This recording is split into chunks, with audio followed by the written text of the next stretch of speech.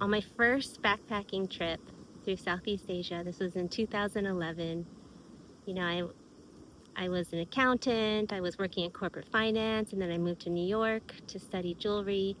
And I felt like I was still a hamster on the wheel. There was something missing, so I decided to put everything in storage and for the first time go on this big backpacking trip through Southeast Asia, which is something that I've always wanted to do, but never thought that I could. And a few months into it, I was in Thailand and I met these two other travelers. One of the travelers and I became good friends, and we went hiking through Thailand's largest national park, rainforest. It was early rainy season, so a lot of the trees had fallen down, and we lost our path. We lost the markers of the trail very quickly. We ended up there for hours, basically hiking in circles, frantically looking for the trail to get out.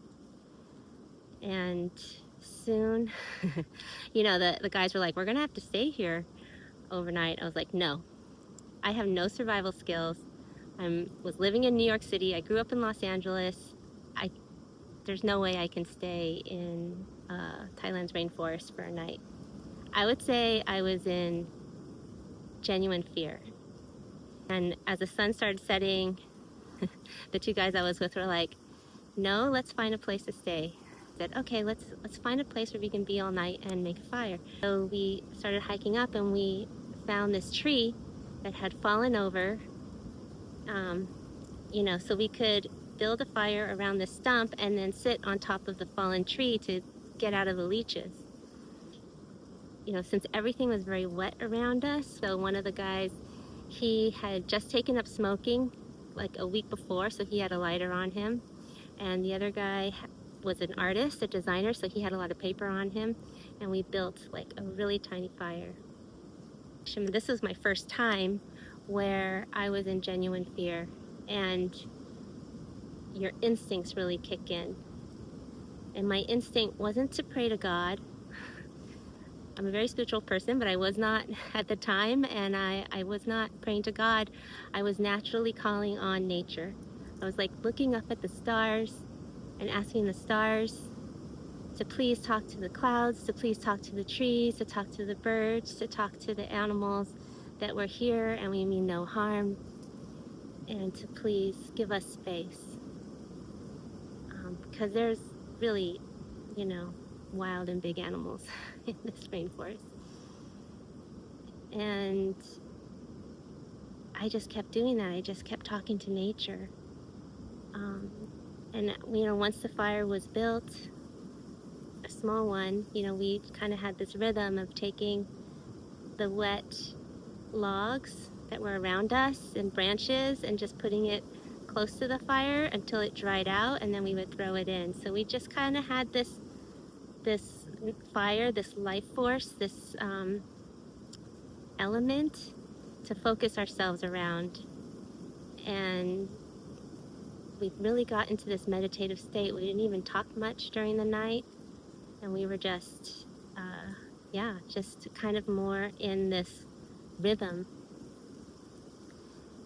And the next morning, the minute the sun started going up and we heard this sound that sounded very Jurassic, but later I learned it was like one of those hornbill birds. It was a bird.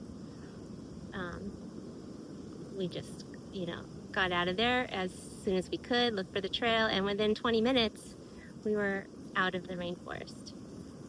And by the time we hitchhiked and got back to our guest house, the guest house owner was really angry with us. She was like, "Why didn't you call me? There was another tourist who was lost for 10 days a month ago. Like, I could have helped you." That was my first lesson of really following my guidance. Didn't even know I had guidance at that time, but we're guided. And really feeling the support of nature holding us and being with us and, in a way, guiding us even though we weren't conscious of it.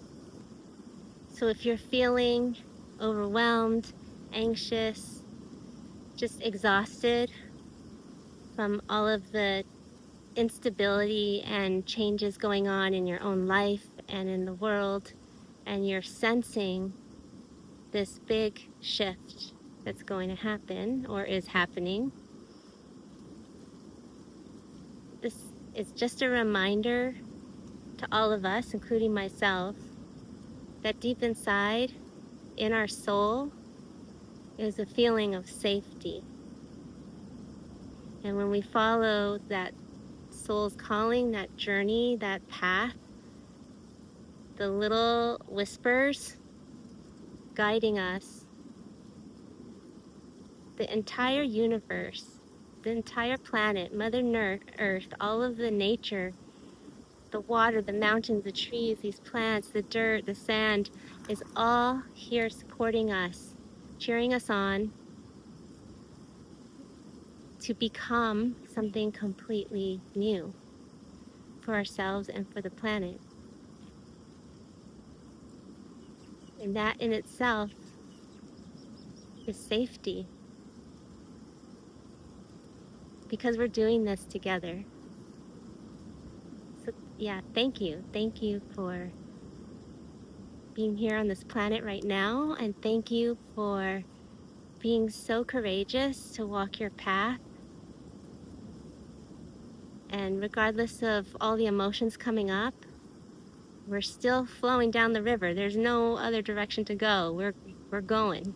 So thank you for being on this ride with me and for everyone.